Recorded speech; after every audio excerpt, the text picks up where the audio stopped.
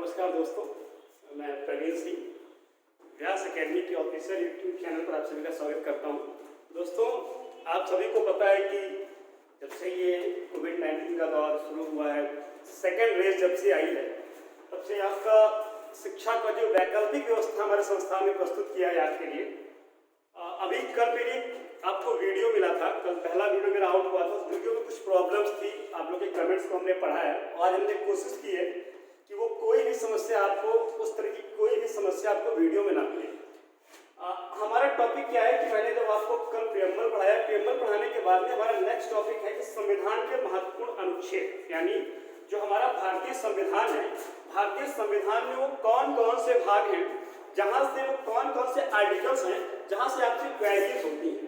दोस्तों, before starting the class let me tell you something very interesting.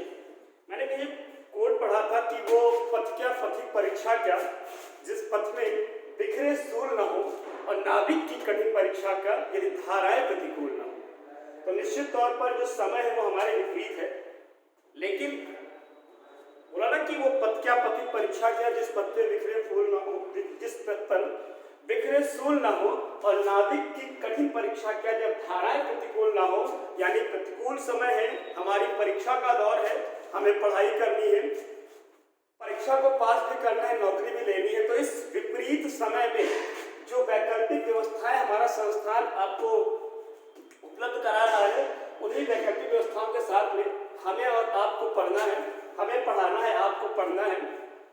Day by day हम अपनी quality को improve करने की कोशिश करेंगे। तो चलिए अपनी क्लास स्टार्ट करते हैं बेटा। संविधान के महत्वपूर्ण अनुच्छेद की दूसरी सीरीज है ये। जो यहाँ पे जो मैं आर्टिकल्स आपको बेटा प्रोवाइड कराऊंगा, ध्यान रखिएगा कि कॉन्स्टिट्यूशन के सिर्फ और सिर्फ वो आर्टिकल्स यहाँ पे मिलेंगे जहाँ से आपके सारे एग्जाम में फ्रॉम एसएससी टिल यूपीएससी जहाँ पे अधिकतर क्वेश्चन पुटअप होते हैं।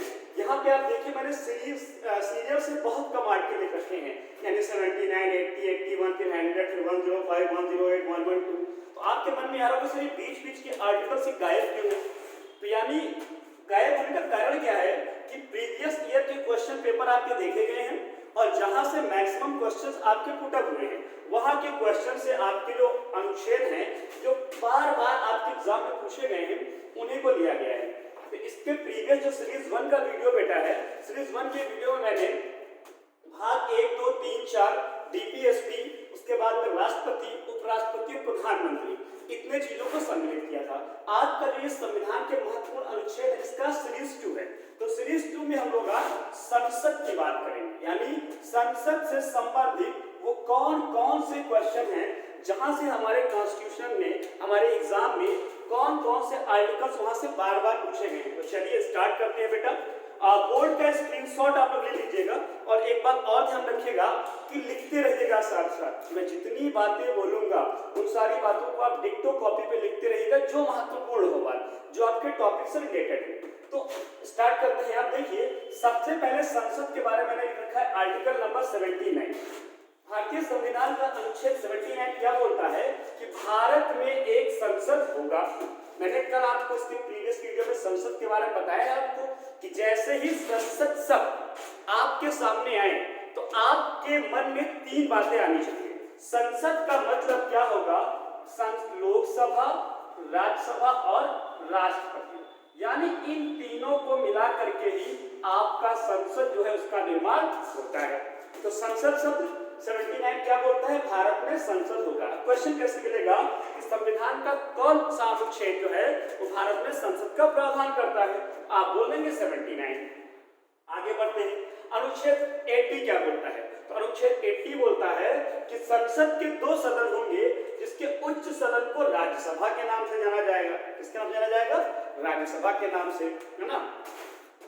अगर आप लोग थोड़ा सा न्यूज वगैरह देखते हैं, टीवी वगैरह देखते हैं, तो आपका कई चैनल आपके राज्यसभा और लोकसभा टीवी आपका स्पेशल चैनल बना रखा है। कभी अगर मौका मिले तो उसकी प्रोसीडिंग को आप देखिए। तो यानी अनुच्छेद 80 क्या बोलता है? राज्यसभा, यानी भारत में क्या होगा? संसद होगा। संसद के 2 सदन होंगे, सदन में उच्च सदन जो होगा राज्यसभा। तो थोड़ी सी बात राज्यसभा की कर लेते हैं। राज्यसभा पहली बात, संसद का क्या है? उच्च सदन है। तो आप सभी क्वेश्चन मिले कि संसद का उच्च सदन कौन सा होता है? राज्यसभा होता है। राज्यसभा का चुनाव कैसे होता है? अप्रत्यक्ष होता है। यहाँ पे कुछ सदस्य आपके क्या होते हैं? मनोनीत होते हैं। इनका कार्य क्या होता है? लोकसभा की कार्यवाही में अपना सहयोग प्रदान करना। इसको हम लोग विशेषज्ञों का सदन भी बोलते हैं। क्या बोलते हैं? विशेषज्ञों का सदन। आगे बढ़ते हैं बेटा। अगला हमारा जो आर्टिकल है दैट इज आर्टिकल 81, निम्न सदन यानी Lok Sabha, house of the people. इसको क्या बोलते हैं? लोकसभा यानी निम्न सदन। लोकसभा लोगों की सभा। अब देखिए वर्ड को देखिए, लिखा है लोकसभा। लोकसभा का मतलब लोगों की सभा, मतलब जहां पर सामान्य पुरुष जो निर्वाचित होकर के आते हैं, पुरुष अथवा महिला, है ना, वो बैठते हैं। यहाँ पे लोगों की सभा हमने क्यों बोला? क्योंकि इसका जो चुनाव होता है वो प्रत्यक्ष होता है। क्या होता है? प्रत्यक्ष चुनाव होता है। यानी आपके जितने भी भारत में जो होते हैं वो चुनाव क्षेत्र बनाए जाते हैं और हर चुनाव क्षेत्र से आपके मेंबर्स को चुनाव लड़ने के लिए जो सरकारें होती हैं वो अपनी अपनी पार्टी से लड़ाती हैं, टिकट देती हैं। अन्यथा आप स्वयं निर्दलीय बिना किसी दल के आप इलेक्शन लड़ सकते हैं। लड़ने के बाद में आप इलेक्टेड होकर कहाँ पहुंचते हैं? निम्न सदन यानी लोकसभा में पहुंचते हैं। इनके मेंबर्स को हम लोग क्या बोलते हैं? Member of parliament. क्या बोलते हैं बेटा? एमपी बोलते हैं। ठीक है। तो 79 में क्या बोला? भारत में एक संसद होगा। 80 में क्या बोला? मैंने बोला लोकसभा, राज्यसभा, राष्ट्रपति। तो अनुच्छेद 80 क्या बोलता है? जो उच्च सदन होगा वो राज्यसभा होगा। 81 क्या बोलता है? जो निम्न सदन होगा वो आपका लोकसभा होगा। ठीक है। अब आपने देखा भारत में संसद है तो संसद की कार्यवाही होती क्या होती है? वहां पे बैठक होती है। आपके जितने भी एमपी इलेक्ट होकर के आते हैं वो सारे के सारे एमपी क्या होते हैं? आपके संसद में आकर के बैठते हैं, जहां पर आपके सरकारों द्वारा यानी जो बहुमत की सरकार होती है वो वहां पर क्या करती है? निर्णय लेती है। किसके लिए? For the welfare of the common people, यानी सामान्य व्यक्तियों के वेलफेयर के लिए निर्णय लिए जाते हैं। अब यहाँ पर हमने लिखा अनुच्छेद 100 निर्णायक मत अध्यक्ष द्वारा। कभी कभी क्या होता है कि लोकसभा में कोई बिल प्रस्तुत हुआ, है ना, और बिल पर क्या हुआ कि 50-50 मतदान हो गया। 50-50 मतलब पक्ष में भी 50 और विपक्ष में भी 50। अब जब ऐसी कंडीशन में क्या होगा कि पक्ष में भी 50 मत है, विपक्ष में तो क्लैश हो गया। तो क्लैश की दशा में जो निर्णायक मत होता है वो लोकसभा के अध्यक्ष के द्वारा, किसके द्वारा बेटा?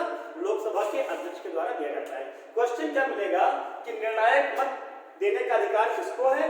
अध्यक्ष अथवा स्पीकर को। ठीक। 105 क्या बोलता है? आपका संसद का विशेष अधिकार। आपकी जो संसद है उसे कुछ विशेष अधिकार प्रदान किए गए हैं। तो आपसे क्वेश्चन होगा कि किस अनुच्छेद के अंतर्गत संसद को विशेष अधिकार प्रदान किए गए हैं? तो आप क्या बताएंगे कि अनुच्छेद 105 के अंतर्गत संसद को कुछ विशेष अधिकार प्रदान किए गए हैं। अगला आया अनुच्छेद नंबर 108 108। यहाँ से बेटा क्वेश्चन बहुत आता है, यहाँ से क्वेश्चन बहुत आता है और इन दोनों को भी क्वेश्चन, यहाँ से भी आपको बहुत ज्यादा क्वेश्चन मिलेगा। अनुच्छेद 100 संयुक्त अधिवेशन। संयुक्त अधिवेशन कभी कभी क्या होता है कि अगर किसी मामले पर डिसीजन नहीं हो पा रहा है तो डिसीजन ना होने की दशा में क्या होता है कि आपके दोनों सदनों की संयुक्त बैठक बुलाई जाती है। अब क्वेश्चन आपसे यहाँ से मैंने इसको क्यों इसमें आपका ऐड किया है, क्योंकि मैंने कई सेट पेपर्स को देखा उसमें बार बार क्वेश्चन आता था कि संयुक्त अधिवेशन की अध्यक्षता कौन करता है अथवा किस अनुच्छेद के तहत संयुक्त अधिवेशन आपका बुलाया जाता है। तो जब आपसे पूछा जाएगा कि किस अनुच्छेद के तहत संयुक्त अधिवेशन बुलाया जाता है तो आप बोलेंगे अनुच्छेद 108 के तहत। फिर क्वेश्चन होगा कि संयुक्त अधिवेशन की अध्यक्षता कौन करता है? तो अध्यक्षता कौन करेगा आपका बेटा? स्पीकर करेगा। ठीक है ना। अध्यक्षता कौन करता है? स्पीकर करता है। ध्यान रखिएगा आप लोग। 79, 80, 81, 100, 105, 108। अब आते हैं हम लोग नेक्स्ट आपका 112। आपने बजट के बारे में सुन रखा होगा, है ना। ये बजट क्या है? वार्षिक वित्तीय लेन देन का विवरण होता है। अगर आपसे सिंपली कोई क्वेश्चन करे व्हाट इज बजट, तो आप क्या बोलेंगे? बजट क्या है? वार्षिक वित्तीय लेन देन का विवरण है। तो संविधान में किस अनुच्छेद में बजट के बारे में वर्णन किया गया है? अनुच्छेद 112 112 में आपके बजट के विषय में क्या किया गया? चर्चा की गई है। बताया गया है कि प्रत्येक वर्ष जो है वो सरकार क्या करेगी? अपना वार्षिक वित्तीय विवरण प्रस्तुत करेगी। फिर लिखा हुआ है लेखानुदान, अनुच्छेद 116। यहाँ पर भी कभी कभी हायर स्टैंडर्ड एग्जाम में क्वेश्चन हो जाते हैं कि लेखानुदान के बारे में किस अनुच्छेद में चर्चा की गई है। तो आपका अनुच्छेद क्या होता है? 16 और लास्ट आपका आता है 117, जिसमें किसके बारे में बताया गया है बेटा? वित्त विधेयक के बारे में बताया गया है। भारत की संचित निधि पर भारित व्यय संबंधी उपबंध, वो आपके वित्त विधेयक में ऐसे उपबंधों को लाया जाता है।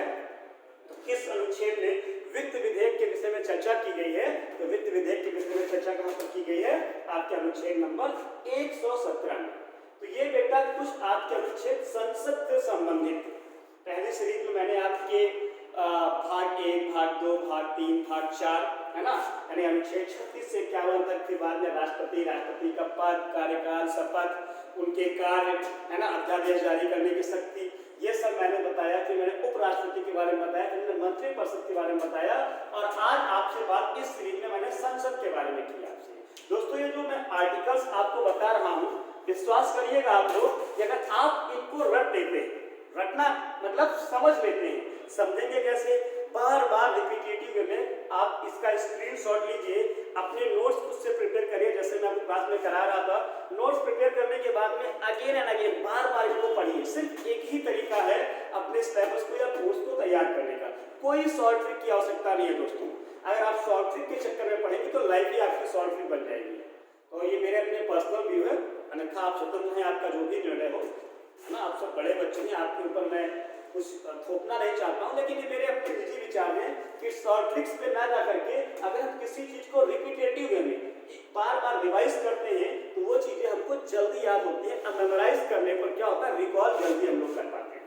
तो ये आपके कुछ बेटा आर्टिकल्स थे संसद से संबंधित। फिर से 79 भारत में संसद, 80 राज्यसभा, 81 लोकसभा, 100 निर्णायक मत, 105 संसद का विशेष अधिकार, 108 संयुक्त अधिवेशन अध्यक्षता, 112 बजट वार्षिक वित्तीय विवरण, और 116 लेखानुदान, और 117 वित्त विधेयक, क्योंकि भारत की संचित निधि पर भारित जो कुछ भी होता है उसके विषय में जो बंद होते हैं। ठीक है ना, ये हो गया। अब आते हैं आपका हम लोग जो अगला टॉपिक हमारा है वो है सर्वोच्च न्यायालय, सुप्रीम कोर्ट। आप जानते हैं कि भारत में जो हमारे संघीय व्यवस्था को बनाया गया, वहां पर सरकार के 3 अंग बनाए गए, कार्यपालिका, विधायिका और न्यायपालिका। न्यायपालिका आपकी स्वतंत्र और निष्पक्ष है, ध्यान रखिएगा। कैसी न्यायपालिका आपकी बेटा? स्वतंत्र एवं निष्पक्ष, यानी ये पूर्णतया स्वतंत्र है, इस पर किसी का कोई जोर दबाव नहीं है। विधायिका और कार्यपालिका इसमें जरा भी हस्तक्षेप नहीं कर सकते हैं आपकी। निष्पक्ष मतलब टोटली बायस, यहाँ पर हर व्यक्ति के लिए क्या होगा, एक समान नियम जो है वो बनाए जाएंगे, किसी को कोई विशेष छूट नहीं दी जाएगी, कुछ अपवादों को छोड़ करके किसी को कोई विशेष छूट नहीं है। यानी न्यायालय के समक्ष जो जाएगा, अगर उसके खिलाफ जो अपराध है वो सिद्ध हो जाता है, ध्यान रखिएगा, अपराध सिद्ध हो जाता है तो अपराधी की श्रेणी में आएगा, और अपराधी की श्रेणी में आने पर न्यायपालिका द्वारा विधि निर्गत, जिस विधि के अंतर्गत उसने अपराध किया होगा और विधि के द्वारा जो कुछ अपराध उसके लिए निर्धारित किया गया होगा वो अपराध उसको मिलेगा। यहाँ निष्पक्ष का मतलब है फ्रॉम A to Z, यानी इस देश की भौगोलिक सीमा क्षेत्र में रहने वाले प्रत्येक नागरिक पर एक समान न्याय लागू होंगे। अपवादों को आप ध्यान में रखिएगा, जब आपको सर्वोच्च न्यायालय आपका वीडियो आएगा इंडिविजुअल, तो वहां पर अपवादों के बारे में आपसे चर्चा की जाएगी। अब आपको पता है कि सर्वोच्च न्यायालय पूरे देश के लिए हमारा क्या है, एक सर्वोच्च न्यायालय का हमारा गठन किया गया है ना, जो कि दिल्ली में सिचुएटेड है। ठीक है ना। अब सर्वोच्च न्यायालय से संबंधित हमारे जो है वो अनुच्छेद कौन कौन से हैं, है ना। जैसे हमने राष्ट्रपति के बारे में अनुच्छेद पढ़ा, प्रधानमंत्री के बारे में पढ़ा, हमने अपनी संसद के बारे में महत्वपूर्ण अनुच्छेद पढ़े, वैसे ही कुछ सर्वोच्च न्यायालय से संबंधित अनुच्छेद भी हमारे हैं। वो अनुच्छेद कौन से हैं? तो सबसे पहले बात आती है किस अनुच्छेद के अंतर्गत, किस आर्टिकल के अंतर्गत जो हमारा सर्वोच्च न्यायालय है उसका गठन किया गया है। तो अनुच्छेद 124 कौन सा है बेटा? 124। ये जो बार बार मैं ब्रैकेट्स बना रहा हूँ या इस तरह से पढ़ा रहा हूँ, बार बार मैं हाईलाइट कर रहा हूँ, तो मेरी जो कोशिश है वो यही है कि पढ़ाते वक्त ही अगर आप इस बोल्ड को ध्यान से देखें तो आपके अधिकतर जो आर्टिकल्स हैं वो माइंड में आ जाए। आप अपनी आंखों को बंद करें और 79, 80, 81, 100, 105, 108, 112, 116, 117 ऐसे रखें और आपके जो ये लाइफ में लिखी आपके माइंड में आ जाए। इन द सेम में मैंने यहाँ पर लिख रखा है। तो ये कुछ मैंने ट्राई किया है आपको आसानी से चीज़ों को समझाने का। डिपेंड करता है कि कितने पेशेंस से आप मेरी बातों को सुन रहे हैं और कितने ज़्यादा अच्छे तरीके से आप अपने नोट्स प्रिपेयर कर रहे हैं, है ना। तो अनुच्छेद 124 क्या बोलता है? ये गठन की बात करता है। किसके गठन की बात करता है? सर्वोच्च न्यायालय के गठन की बात करता है। फिर अनुच्छेद 131 क्या बताता है? 131 क्या बताता है? तो अनुच्छेद 131 जो है 131 आपके मूल आरंभिक क्षेत्राधिकारों के बारे में बताता है। अब तो आपको मन में आ रहा होगा सर ये मूल आरंभिक क्षेत्राधिकार क्या है? यानी आप देखेंगे कि कहाँ कहाँ पे जो सुप्रीम कोर्ट है वो कार्य करता है। तो मैंने शायद क्लास में आपको अगर किसी भी क्लास में XYZ जितनी भी क्लास मैंने ली है अगर सर्वोच्च न्यायालय के बारे में मैंने चर्चा की होगी तो मैंने बताया होगा कि अगर राज्य का राज्य से विवाद हो जाए, राज्य का केंद्र से विवाद हो जाए, किसी 2 या 2 से अधिक राज्यों का केंद्र से विवाद हो जाए, अथवा कुछ राज्य एक तरफ हो कुछ राज्य एक तरफ हो उनका आपस में विवाद हो जाए, तो ये सारे आपके जो विवाद होते हैं ये आरंभिक मूलाधिकार क्षेत्र में आते हैं। किसके? सुप्रीम कोर्ट में। इनके विषय में हम जब वाद हमारा जो होता है जो प्रस्तुत किया जाता है तो वो कहाँ प्रस्तुत किया जाता है? आपके सुप्रीम कोर्ट में। तो कहाँ पे आप पूछेंगे कि किस अनुच्छेद के अंतर्गत सर्वोच्च न्यायालय के मूल आरंभिक क्षेत्राधिकारों का वर्णन किया गया है, तो आपका अनुच्छेद बेटा क्या होता है? 131 अनुच्छेद 131। फिर आता है अनुच्छेद 137 137। यहाँ पे वर्ड लिखा है न्यायिक पुनरावलोकन। आपने इंग्लिश पढ़ा होगा जुडिशियल रिव्यू, है ना। न्यायिक पुनरावलोकन अथवा जुडिशियल रिव्यू। तो जुडिशियल रिव्यू बेटा क्या होता है? कभी कभी क्या होता है कि जो सरकार होती है वो अपने द्वारा दिए गए निर्णय को क्या करती है?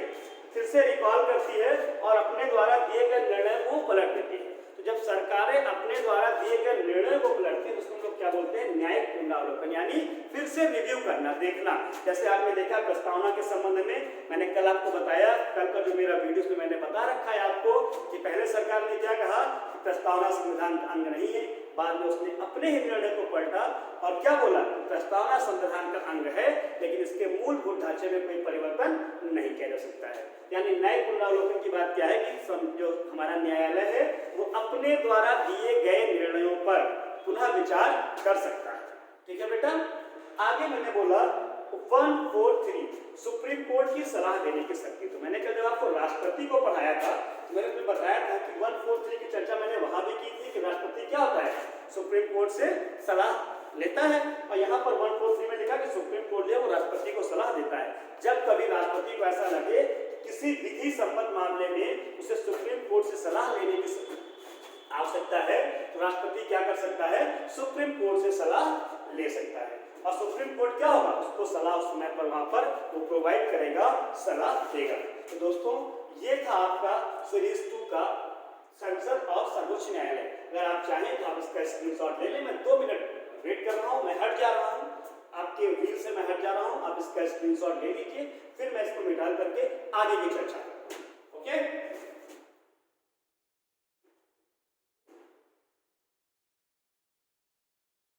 आपने स्क्रीनशॉट ले लिया होगा। अब मैं इसको जरा हटाता हूं और मैं अपने अगले विषय पे बढ़ता हूं। आई होप कि जितने आसान तरीके से मैं आपको बता रहा हूं और आपको निश्चित तौर पे चीजें समझ में आ रही होंगी। अगर नहीं आ रही है आप कमेंट बॉक्स में बेटा अपना मैसेज करने कर सकते हैं। कल जब मेरी पहली क्लास हुई थी तो कुछ अव्यवस्था थी बेटा, that's why the things were not clear. लेकिन day by day we are trying कि आपकी जो समस्या है उनको रिमूव किया जाए। जितना अच्छा मटेरियल आप तक हम पहुंचा सकते हैं हम लोग उसको क्या करें? आप तक पहुंचाएं। हमारी कोशिश यही है ना। बस क्या करना है आपको कि हमारे द्वारा कही गई बातों को आपको नोट करना है। नोट करने के साथ साथ उस पर विचार करना है, बैठ करके पढ़ना है। टेलीग्राम बहुत ही जल्द आपका टेलीग्राम चैनल है, उस पर आपका नंबर ऐड किया जाएगा। ऐड करने के बाद में इन सब की PDF आपको प्रोवाइड करनी है। तो आपके दिमाग में कहीं से भी कोई क्वेरी अगर आ रही है ना, आप चुपचाप कमेंट बॉक्स में डालिएगा और जितनी जल्दी संभव है हम अपना जवाब उस पर आपको दे देते हैं। लेकिन जो टॉपिक्स मैं बता रहा हूँ इनको आप स्वयं से रिकॉल करते रहिएगा। जैसे मैंने कल आपके प्रीएम्बल को पढ़ाया तो ये आपकी ड्यूटी उसको रिकॉल करना। मैंने सीरीज 1 को पढ़ाया तो ये आपकी ड्यूटी है उसको रिकॉल करना। आप जितना ज़्यादा रिकॉल करेंगे उतना ही अच्छा आपके लिए होगा। दोस्तों तो हम लोगों ने अभी देखा अपने बोर्ड टीम के आपको मैंने बताया सिर्फ संसद के विषय में हमने बात की। संसद के बाद हमने बात की अब सर्वोच्च न्यायालय की। अब हमें बात करना है एक ऐसा पद जो आपके राष्ट्रपति के द्वारा नियुक्त होते हैं, इसको लोग क्या बोलते हैं, महान्यायवादी और कैट, controller and auditor general, Bharat का नियंत्रक एवं महालेखा परीक्षक। तो आपसे क्वेश्चन यहाँ से क्या मिलेगा कि किस अनुच्छेद के अंतर्गत महान्यायवादी के पद का वर्णन किया गया है। अनुच्छेद 76, वो आर्टिकल कौन सा है, 76। जब आपके महान्यायवादी के पद का वर्णन, वो आर्टिकल कौन सा फिर मिलेगा कि महान्यायवादी की नियुक्ति किसके द्वारा की जाती है, यानी कि प्रेसिडेंट द्वारा। यानी कौन नियुक्ति करेगा, प्रेसिडेंट। बेटा मेरी ये पूरी कोशिश है कि मैं वीडियो में आपको मैक्सिमम 1 मार्क से क्वेश्चन देता रहूं, इसीलिए मैं बार बार रिक्वेस्ट कर रहा हूँ कि मेरे वीडियो जब भी देखिएगा पेन और कॉपी लेके बैठिएगा और जैसे मैं क्वेश्चन बोलता हूँ आप तुरंत उनको कॉपी करिए, वरना पढ़ते हुए आप क्या करें, क्वेश्चंस को खुद से फ्रेम करें और लिखते रहें। ये बेटा आपके लिए वेरिफिकेशन होगा। तो मैंने क्या बोला, महान्यायवादी की नियुक्ति किस अनुच्छेद के अंतर्गत की जाती है, अनुच्छेद 76 के अंतर्गत की जाती है। किसके द्वारा की जाती है, तो प्रेसिडेंट के द्वारा की जाती है। सलाह कौन देता है, ये सलाह कौन देता है, आपका पीएम यानी प्रधानमंत्री। महान्यायवादी होता कौन है, तो केंद्र सरकार का जो सबसे बड़ा विधि सलाहकार, विधिक सलाहकार होता है, वो कौन होता है बेटा, महान्यायवादी। ठीक है ना, ध्यान रखिएगा, ये केंद्र सरकार का सबसे बड़ा विधि सलाहकार होता है। जब विधि से संबंधित आपकी केंद्र सरकार को कोई सलाह लेनी होती है या फिर सरकार को अपने पक्ष को अदालत में रखना होता है, तो इन्हीं की हेल्प से क्या करते हैं, अदालत में अपने पक्ष को रखते हैं। फिर दूसरा पद आया कैट, CAG, controller and auditor general, Bharat का नियंत्रक एवं महालेखा परीक्षक। अब भारत का नियंत्रक एवं महालेखा परीक्षक, इसकी नियुक्ति किस अनुच्छेद के अंतर्गत होती है, तो ये अनुच्छेद 148 के अंतर्गत होती है। किस अनुच्छेद के अंतर्गत होती है, अनुच्छेद 148 के अंतर्गत, 148 के अंतर्गत। कौन होता है ये अधिकतर, तो ध्यान रखिएगा कि अधिकतर जो सीनियर IAS हमारे होते हैं उन्हीं की नियुक्ति जो होती है वो भारत के नियंत्रक एवं महालेखा परीक्षक के पद पर की जाती है। कौन नियुक्ति करता है बेटा, तो राष्ट्रपति नियुक्ति करता है। नियुक्ति कौन करता है, राष्ट्रपति। तो यहाँ से आपको कितने क्वेश्चन है, देखिए पहला क्वेश्चन, महान्यायाधीश की नियुक्ति किस अनुच्छेद द्वारा, अनुच्छेद 76 के द्वारा। नियंत्रक एवं महालेखा परीक्षक की नियुक्ति किस अनुच्छेद के द्वारा, 148 के द्वारा। महान्यायवादी की नियुक्ति कौन करता है, प्रेसिडेंट करता है। कैट की नियुक्ति कौन करता है, राष्ट्रपति करता है। महान्यायवादी की नियुक्ति किसके सलाह पर की जाती है, प्रधानमंत्री के सलाह पर की जाती है। ये बार बार मैं इसलिए रिपीट कर रहा हूँ इन बातों को, जिससे आपके माइंड में सेट हो जाए कि क्वेश्चंस कैसे फ्रेम होते हैं। बिकॉज ये जो सिचुएशन है, ये इमर्जिंग कंडीशन जो लोग की चल रही है, हमें और आपको नहीं पता कि कब तक चलेगी। तो ये टेक्निक्स हैं, आप तक पहुंचे और आप जब खुद से पढ़ने बैठे तो आप क्या करें, ऐसे क्वेश्चन जो है वो खुद से फ्रेम करते हैं। तो ये तो हो गया महान्यायवादी एवं कैट। तो हमने अभी तक क्या क्या पढ़ा, आप देखिएगा। हमने अभी तक प्रेसिडेंट के बारे में पढ़ लिया, हमने पीएम के बारे में पढ़ लिया, हमने पार्लियामेंट से रिलेटेड आर्टिकल्स को पढ़ लिया, हमने सुप्रीम कोर्ट को पढ़ लिया, हमने DPSP से रिलेटेड आर्टिकल्स पढ़ लिए, सिटीजनशिप नागरिकता से रिलेटेड आर्टिकल्स पढ़ लिए, है ना। यानी अब हम लोग को कहाँ पढ़ना है, स्टेट की ओर बढ़ना है। तो एक पद आपका होता है राज्यपाल का। किसका पद होता है, राज्यपाल का पद। तो देखते हैं कि राज्यपाल से रिलेटेड आपके जो अनुच्छेद है वो कौन कौन से। इससे पहले किससे रिलेटेड आपको आर्टिकल्स पता है, थोड़ा सा राज्यपाल के बारे में बात कर लेते हैं कि राज्यपाल कौन होता है। तो अगर हम राज्यपाल के बारे में बात करें तो सीधी सी बात ये समझिएगा आप लोग, मैंने आपको जब भी राज्य के बारे में पढ़ाया है अपनी ऑफलाइन क्लासेस में, मैंने बताया है कि केंद्र में जो भूमिका राष्ट्रपति की होती है केंद्र सरकारों में, राज्यपाल की वही भूमिका कहाँ पर होती है, राज्यों में होती है। अगर साधारण भाषा में बोले तो केंद्र के एजेंट के रूप में जो राज्यपाल होते हैं वो राज्य सरकारों में स्थापित होते हैं, यानी राज्य सरकारों में केंद्र के एजेंट के रूप में कार्य करते हैं। कुल मिलाकर के एक मीडिएटर होते हैं प्रधानमंत्री और राष्ट्रपति के बीच में, जो क्या करते हैं, जो सूचनाओं का आदान प्रदान करते हैं। ये राज्यपाल महोदय जो हैं इनकी नियुक्ति की जाती है, किसके द्वारा की जाती है, माननीय राष्ट्रपति महोदय के द्वारा। किसके द्वारा, राष्ट्रपति महोदय के द्वारा। ध्यान रखिएगा। अब आपसे क्वेश्चन आएगा कि नियुक्ति कौन करता है, आप क्या बताएंगे कि राष्ट्रपति महोदय करते हैं। कुछ आर्टिकल्स इनसे रिलेटेड हैं, अब उन आर्टिकल्स को हम लोग देखते हैं। तो सबसे पहले आता है आर्टिकल 152। कौन सा आर्टिकल, आर्टिकल 152। अनुच्छेद 152 लिखते चलिएगा आप लोग। तो अनुच्छेद 152 क्या बताता है? राज्यपाल की परिभाषा। तो परिभाषा मैंने बता दिया कि क्या होंगे ये केंद्र सरकार के द्वारा नियुक्त किए जाएंगे, जो राज्यों पर नियंत्रण रखने का कार्य करेंगे, अर्थात राज्यपाल और मुख्यमंत्री के बीच में माफी चाहेंगे, राष्ट्रपति और मुख्यमंत्री के बीच में सूचनाओं का आदान प्रदान करने का माध्यम होंगे और राज्य सरकारों की कार्यवाहियों पर क्या करेंगे? अपनी नजर रखेंगे। ठीक है ना। फिर अनुच्छेद 153 ये क्या बोलता है? 152 में क्या बोला गया? इनके पद की परिभाषा के बारे में बताया गया। 153 में क्या बोला गया कि राज्यों के लिए राज्यपाल, राज्य नहीं राज्यों के लिए क्या होता है कि एक राज्य के लिए एक राज्यपाल या एक से अधिक राज्यों के लिए एक राज्यपाल आपका हो सकता है। तो अनुच्छेद 153 में क्या बोला गया? राज्यों के लिए आपका राज्यपाल होगा। आप लिखिएगा ऐसे ही बेटा, यानी ऐसे राज्यपाल डालिएगा, उसके सामने अनुच्छेद 152 153, यहाँ पर आपने देखा परिभाषा मैंने बोला, यहाँ पे मैंने बोला कि राज्यों के लिए राज्यपाल, क्या बोला? राज्यों के लिए राज्यपाल, राज्यों के लिए राज्यपाल। इन बातों को आप ध्यान रखिएगा, लिखते रहिएगा ना। और फिर आपका आता है आर्टिकल नंबर 154, 152 हो गया, 153 हो गया, अब आया 154 अनुच्छेद 154। तो आर्टिकल 154 क्या बताता है? शक्तियों का वर्णन, है ना, कि इनके पास कौन कौन सी शक्तियां होंगी, राज्यपाल के पास कौन कौन शक्तियां होंगी। जैसे केंद्र में आपके पास राष्ट्रपति के पास कुछ महत्वपूर्ण शक्तियां होती हैं, है ना, वो नाम मात्र का ये संवैधानिक प्रधान होता है, इसके बावजूद उसकी कुछ विधायी शक्तियां होती हैं, कुछ न्यायिक शक्तियां होती हैं, कुछ विवेकाधिकार की शक्तियां होती हैं, है ना। ठीक उसी प्रकार कुछ कार्यपालिका की शक्तियां होती हैं। ठीक उसी प्रकार जो राज्यों में आज के राज्यपाल होते हैं उनके पास भी कुछ न्यायिक शक्तियां, कुछ विधायी शक्तियां, कुछ विवेकाधिकार की शक्तियां, कुछ कार्यपालिका शक्तियां आपको प्रदान की जाती हैं। जब इंडिविजुअल टॉपिक हम इनके वीडियो बनाएंगे आपको, तो इनके पावर्स के बारे में उसमें हम चर्चा करेंगे। आज हम बात कर रहे हैं महत्वपूर्ण अनुच्छेदों की। तो अनुच्छेद 152, 153, 154 और 155 155 इनके बारे में क्या बताता है? इनके निर्वाचन के बारे में बताता है, जो मैंने पहले ही बता दिया कि इनका निर्वाचन कौन करता है। इनका निर्वाचन बेटा किसके द्वारा होता है? राष्ट्रपति के द्वारा होता है। किसके द्वारा? राष्ट्रपति के द्वारा होता है। और आर्टिकल नंबर फिर आता है 161, अनुच्छेद 161, ये क्या बताता है? राज्यपाल की क्षमादान की शक्तियां।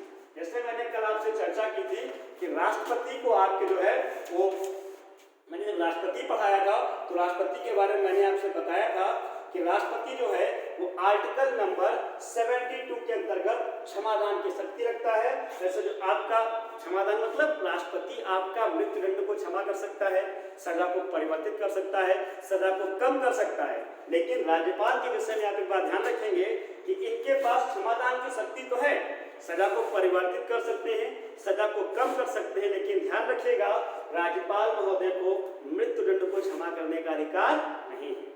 ये सब बेटा कंफ्यूजिंग पॉइंट है। मैंने आपसे बोला ना कि राष्ट्रपति और राज्यपाल आप जब भी पढ़े दोनों को बैलेंस करके पढ़े। They both are equal.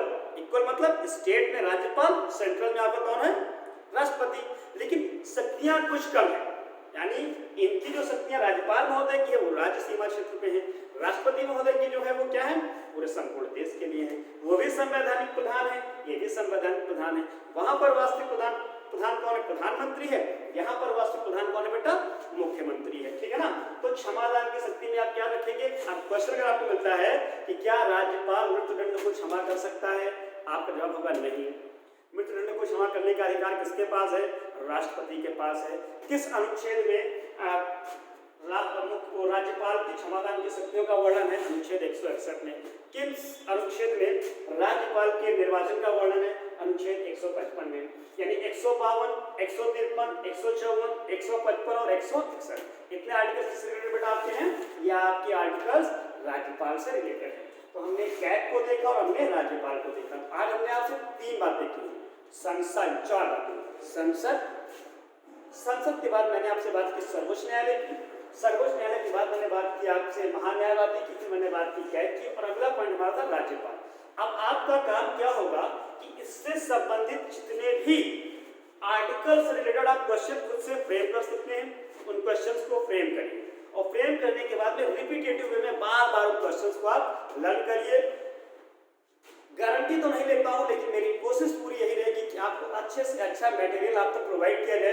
Provide करने के बाद में जितना संभव है आसान तरीके से हर एक टॉपिक को आप तक पहुंचाया जाए। जैसे आप क्या करें, एग्जाम में आने वाले क्वेश्चन को आसानी से सॉल्व करें और क्या करें, आसानी से सॉल्व करने के बाद में एग्जाम को पास आउट करें। पास आउट करने के बाद में जब आप रिजल्ट देखें तो मॉनिटर की स्क्रीन पर सिलेक्टेड लिस्ट में आपका नंबर है, जिसको देख करके आप क्या है, प्रसन्न हो जाएं, खुश हो जाएं, और जब आपके लाइफ को टोटली क्या करें, चेंज कर दे। तो आज की क्लास में आज हम इन्हीं 5 टॉपिक में मैंने बात की है। आपको डे बाय डे यानी जब तक ये लर्न ना हो जाए आपको रिपीट करना है। Thank you everyone, have a good day.